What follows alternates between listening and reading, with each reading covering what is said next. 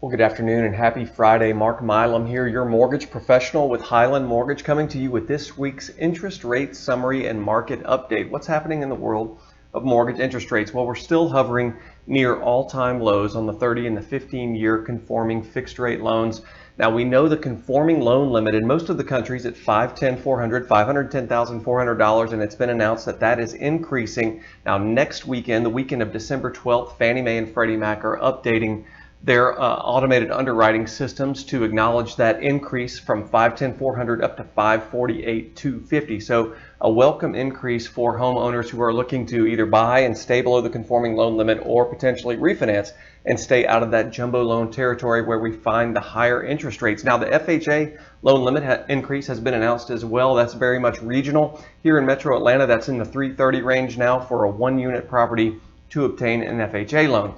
But let's talk about what's happening in the economy, because kind of a up and down roller coaster week. And today we got this non-farm payrolls report, which came in way below estimates. Estimates were we were going to add about 460,000 jobs. The non-farm payrolls came in at 245, so way below estimates.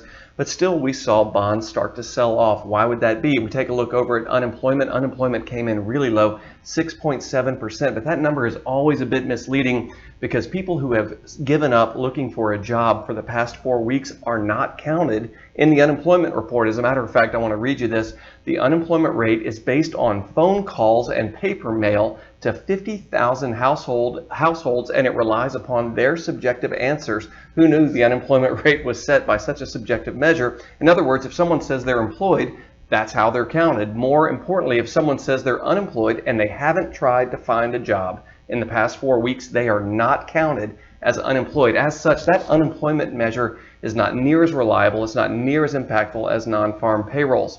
Still, why are we seeing bonds start to sell off a little bit and seeing mortgage rates worsen slightly? Not a huge deterioration in mortgage rates, but we have seen them worsen slightly, and all of that comes back to the second fiscal stimulus bill that Congress is weighing right now, and investors are starting to get a sense that this bill is going to get passed. And how is the government going to pay for the second fiscal stimulus bill? Well, they're going to pay for it by auctioning off more treasuries. As more government securities hit the market and flood the market, we start to see the price of those treasuries deteriorate, which means the associated rate has to go up. It's an inverse relationship between price and rate. So as the rate goes up, so go mortgage rates. Now, that doesn't mean we're in bad territory. We're still in great territory. Again, with the 30-year fixed in the low 2s, the 15-year fixed on some days down right at 2%. So if you haven't taken advantage of these rates, you should. You need to go ahead and take advantage now, right before the holidays. Of course, we're also watching the vaccine and how that's going to play out as Americans start to become immunized